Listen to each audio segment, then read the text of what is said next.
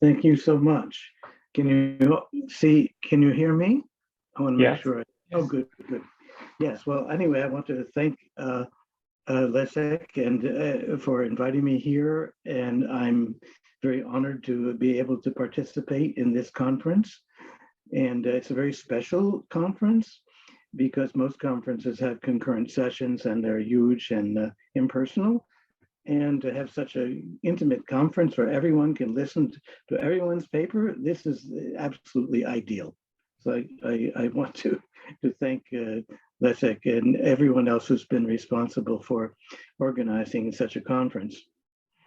So without further ado, I will read you my paper in the old-fashioned style. I don't use any of the PowerPoints and so on, but it will test your auditory powers.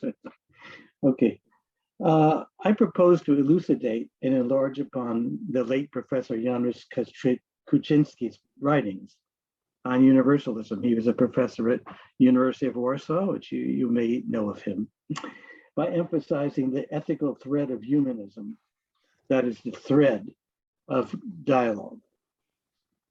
Professor Kuczynski, and forgive my pronunciation, please, covered a wide and varied scope of topics.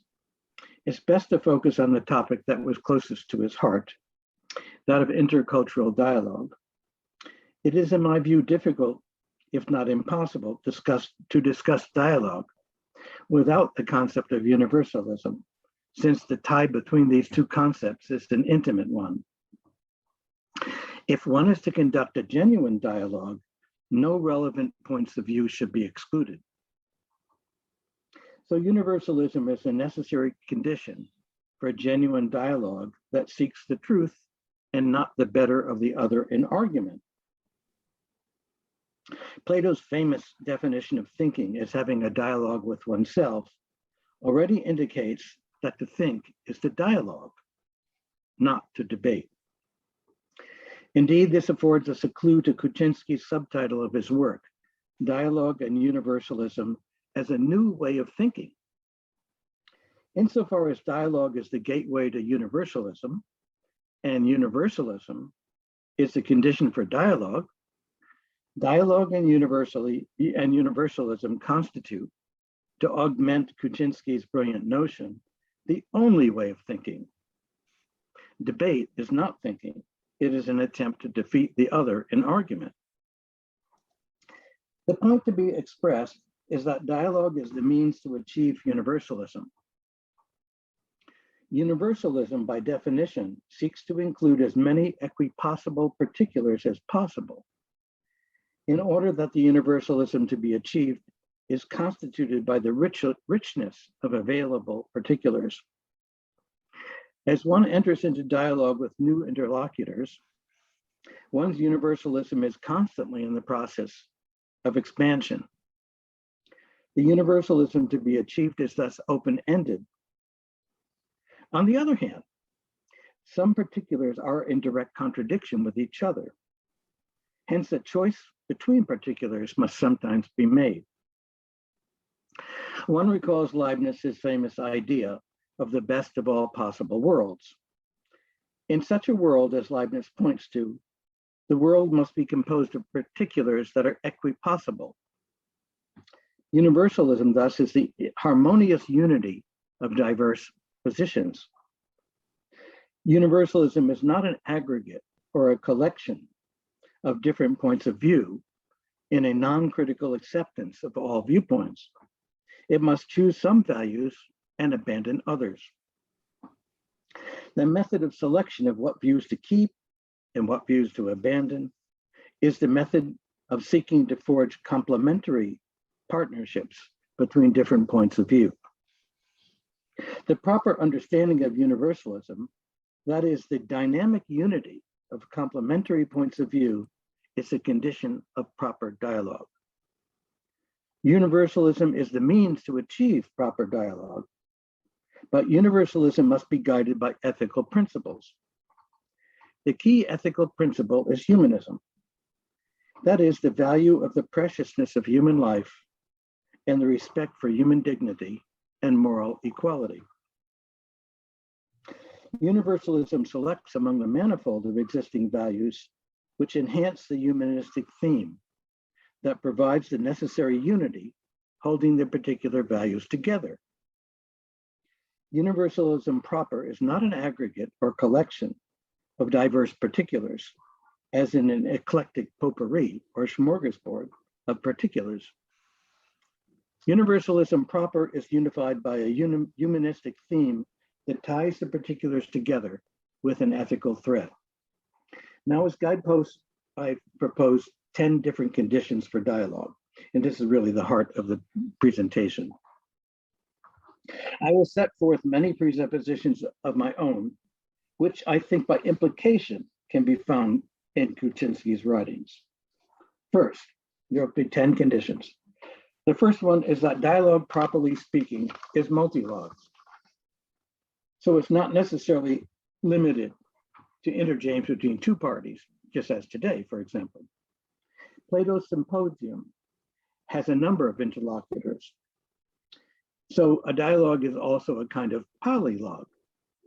In fact, authentic dialogue must become polylogue, because otherwise, how could it be universal? In other words, no point of view, so long as it remains within the humanistic parameters to be discussed below, can be excluded. Second, dialogue, as mentioned above, is a sincere search for truth and is to be distinguished from heuristic or debate, in which each party attempts to defeat the other in argument. In order for this to occur, each interlocutor must make prior preparations before the dialogue. The prior preparations consist in making one's own view as universal as possible. So one cannot cling to a set of unchangeable presuppositions as a starting point. One must already be predisposed to a sincere search for truth, not to expand one's own private interests. Before engaging in dialogue, every interlocutor must be a genuine truth seeker and not a proselytizer.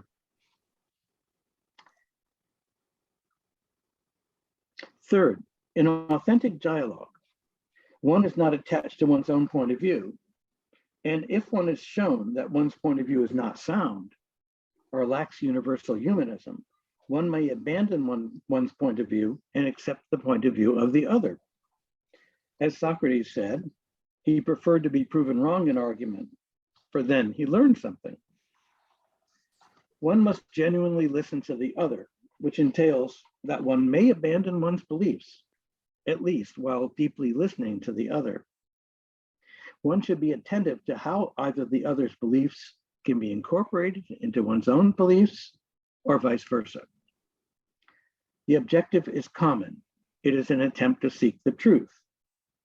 If one is seeking the truth, by definition, one cannot already possess the truth. One may have ideas of possible truths and arguments for those ideas, but one cannot be wedded to such ideas or arguments as intransigent axioms. Fourth, please be patient, there are 10 of these.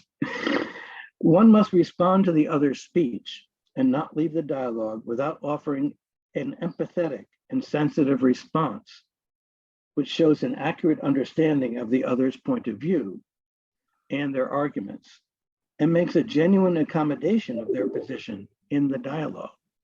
So dialogue is question and answer.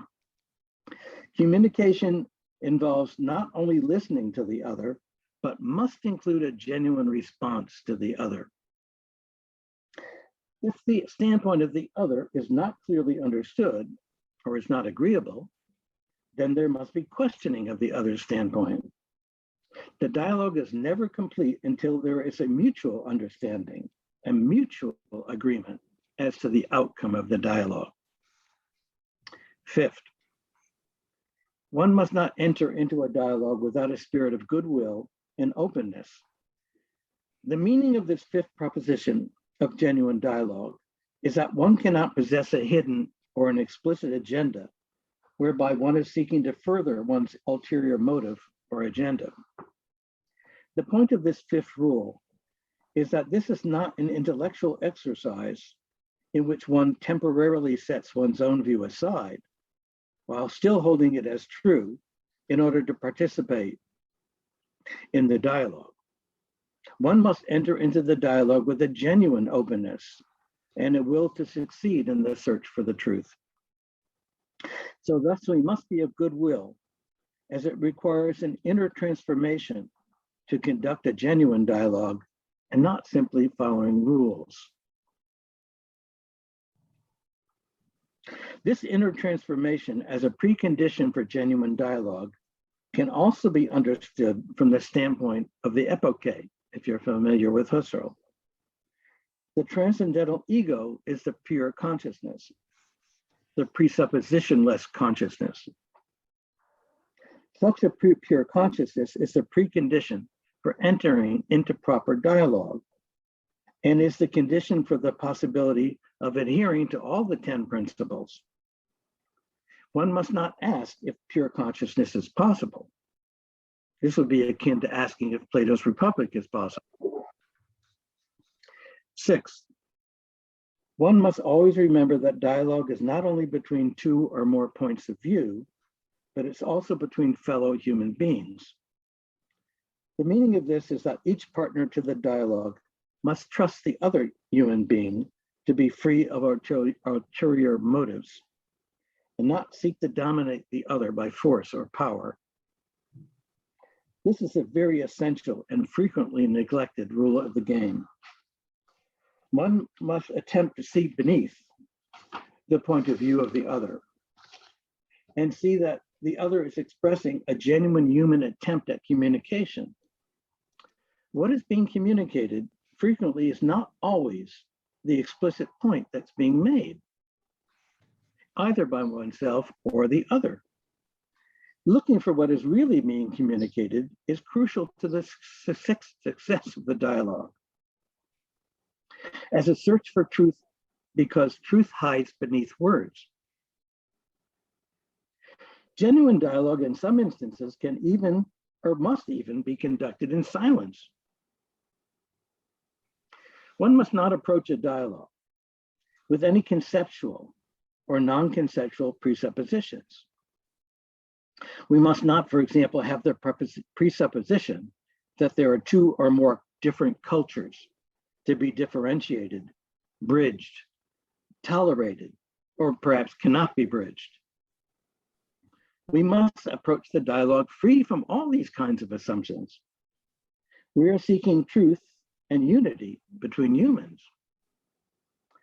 Truth cannot be found without unity, and unity cannot be found without truth. There is always a genuine bond between humans, and it is this that needs to be found and then confirmed. This requires, as I've mentioned before, the extinction of power needs, the extinction of the need for domination. While on the surface, it may appear that there are cultural or intellectual differences, it must be understood that the real obstacle to dialogue is frequently power needs and not the intellectual points of difference.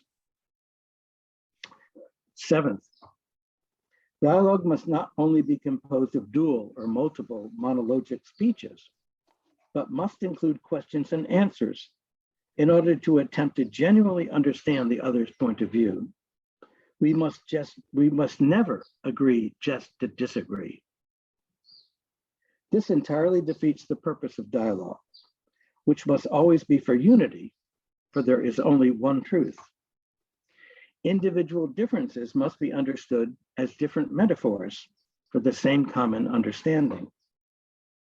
We do not need, nor should we abandon unique metaphors or attempt to insist only upon one genuine metaphor. In a sincere way, we must let 1,000 flowers bloom. Each flower is a unique exemplar of beauty. Questions and answers form the ecology of unity. 8th, thank you for your patience, for listening so intently. To borrow from Martin Buber, dialogue must be between an I and a thou. It must never take the form of I-it communications. This 8th may be said to include all of the 10 principles, or the rules of dialogue, but it requires the detail provided by all of the principles to truly become activated. The I-thou communication is both the presupposition of the methodology of dialogue and the endpoint of dialogue itself. Individual truths that are discovered in the dialogue are jewels to be collected, preserved, and enjoyed. But they're collected, preserved, and enjoyed only in the spirit of the I-thou. The I-thou is the atmosphere in which the dialogue is conducted, and at the same time, the end goal of the dialogue. Ninth, the dialogue must include a method for either abandoning a belief from self or other, or incorporating a belief from self to other or other to self, in order to overcome the alienation that characterizes different points of view that are left in the tepid waters of tolerance. Tolerance implies a separation, and one within which one remains settled, fixed in one's own position, which one deems to be correct, and the other position to be inferior or alien, which one tolerates. Such a division to be tolerated does not move one forward toward universalism. Plato's Symposium can be called in for an illustration. In this dialogue, Socrates does not even advance his own point of view. He advances the point of view obtained from another, from Diotima. True universalism is obtained when each interlocutor incorporates the methodology of the other as a means to achieve the goal of truth-seeking and truth-finding. No approach is to be jettisoned as inferior to another approach. Each approach, so long as it meets the standard of ethical humanism, is to be cherished and followed. Pluralism, just as biodiversity, is to be valued for true universalism, for true universalism must include a variety of species of thought and paths to truth in order to achieve beauty as well as truth.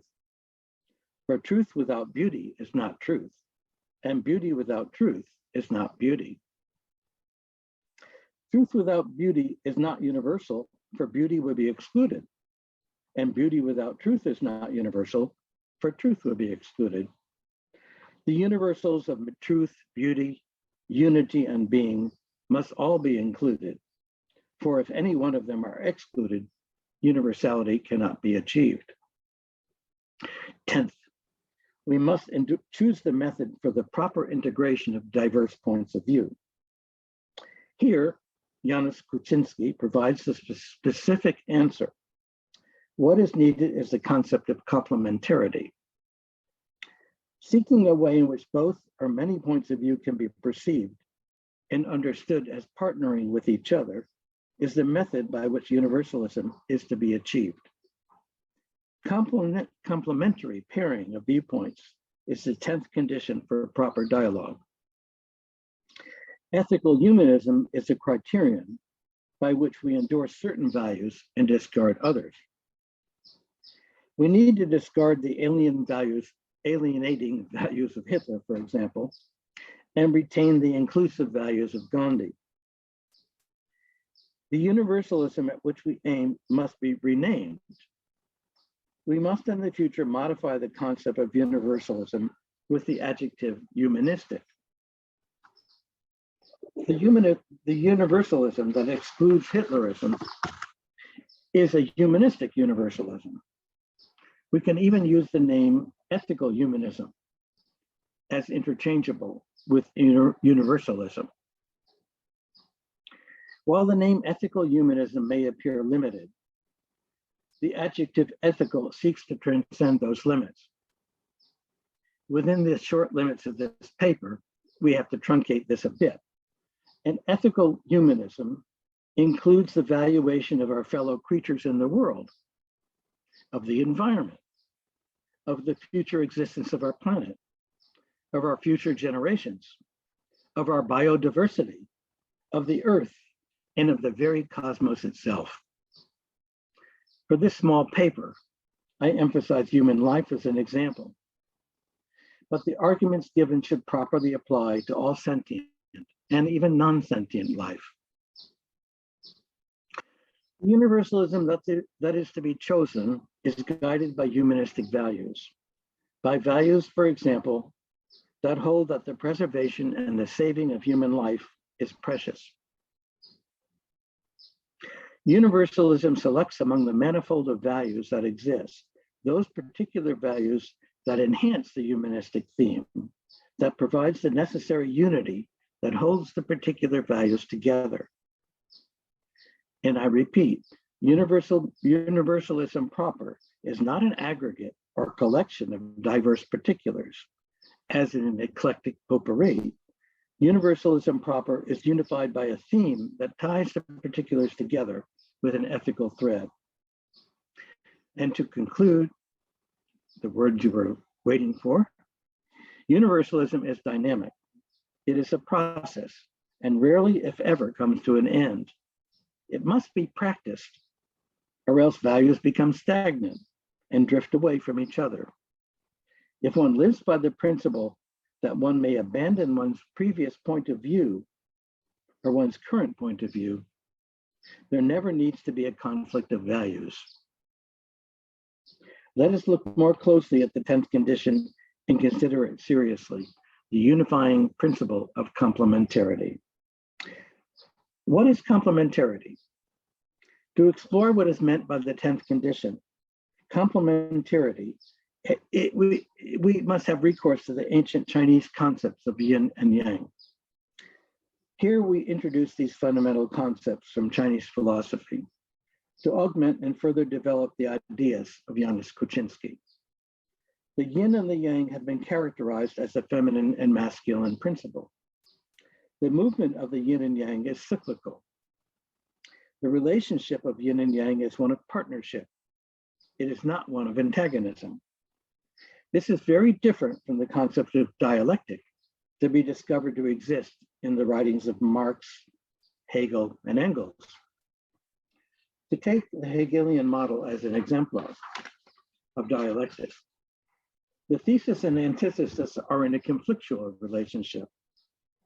It is out of conflict that a synthesis can be developed. But this synthesis in turn generates more conflicts. The process appears to be never ending, and more importantly, forever in the conflict mode. I'm going to leave much discussion for our Q&A period because I know it's a point that needs much expansion. In the Hegelian model of dialectic, the thesis and antithesis are abandoned to make way for the synthesis, although each part of each remain or are sublated. In contrast to the Hegelian dialectic, the yin and yang model of partnership is one in which both points of view are maintained. There is no win-loss characterization to the meeting of the 2 points of view. The objective is to ensure that each point of view is not submerged, but rather that both points of view are of equal merit. And what is more, each point of view requires the other point of view in order for its own standpoint to exist and to flourish. The end. Thank you so much for your very interesting paper. I think it's time we open the floor to questions. Are there any questions, please? So maybe I will be the first. Please go ahead. Well, I was hearing your speech with great interest. And my question is, you underlined that universalism, dialogue are of dynamical nature, yes? Yes, please. Do you think that this dynamics, which is contained in these categories, is limited or not? Because, well, for me, there are beautiful ideas, and I was thinking about Kant's idea of morality, God. They are very, very attractive, but even for Kant, it's clear that actually we are not able to achieve such ideas, but they are attractive. They are attractive because they determine direction of our activities. But well, I have a problem, and this is my question to you. I am thinking about transhumanism, and I think about these projects which are nowadays developed about talking about new person, new being, as post-human being or transhuman being, and I think that dialogue and universalism may be very attractive for human being, but what with transhuman being? I'm not so sure that this being will be interested in such universalism. So if you are able to, if you can formulate some reflections about it.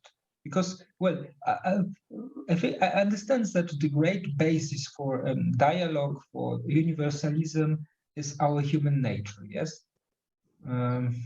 But what with other possible beings, transhuman beings? What do you think about it?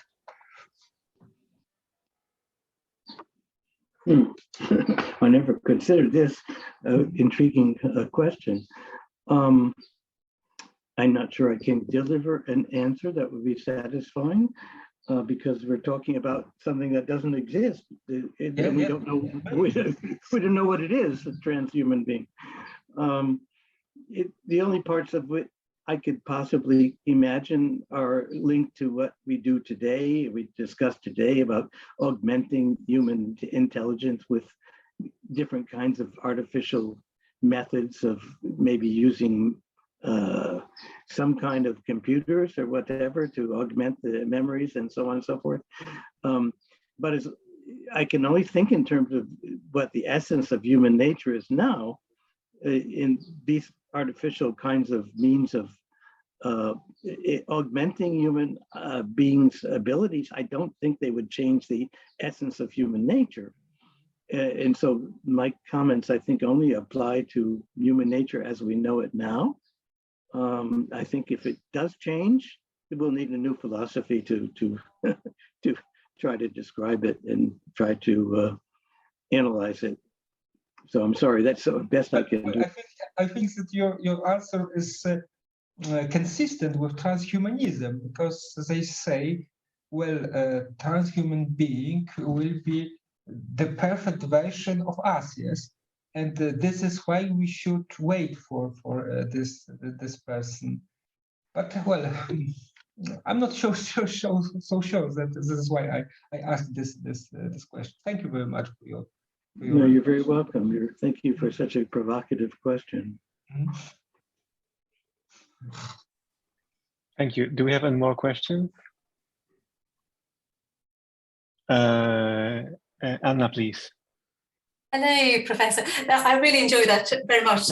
I just wondered, so I do a lot of work on perspectivalism, showing how it's a mistake to think of that as a challenge to value itself. You know, the two operates at different level of explanation. So on the one hand, we all speak from a place, from a point of view, but that's just a claim about how dialogue proceeds. So it proceeds from a place. That is not a claim about value itself. So I just wondered, so I have a similar take on on dissolving problems about narratives. So I think narrative as a process is fully compatible with universalism in exactly the same way, so that a narrative is always from a place. It deals with particular stories, but at the same time, you traffic in universal concepts that allow you to listen to other stories. So I just wondered if that kind of method, which is kind of Hegelian in the process, but I just wondered if you had any thoughts on that. Well, that's so profound a question. I'm very deeply impressed.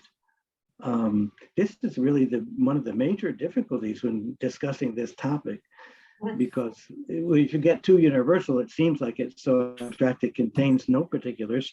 On the other hand, if you start out with a particular, then where do you get to the universal? Right. So this is really the crux of the issue.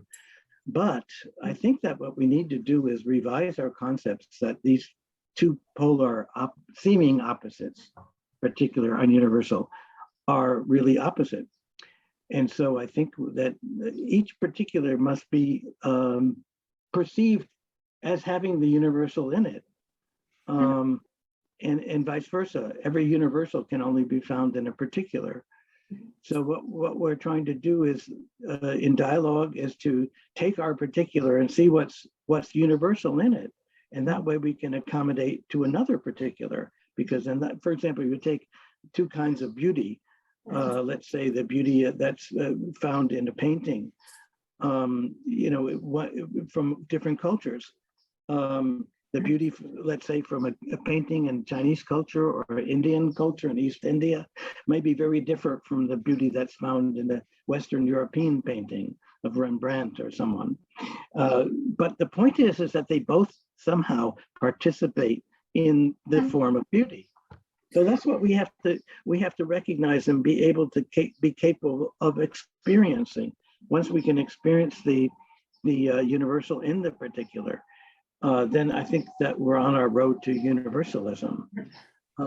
So I think this is the intent. We have to have this right intent in dialogue. Yeah, no, I very much share that humanistic and indeed yogic concern. Again, it's one of those sort of reversal of the old problem of the view from nowhere. You can really rehabilitate that challenge and talk about the view from everywhere. It's the same. It's the aim, but you have a different starting point from everywhere. Thank you very much. Wonderful. Thank you.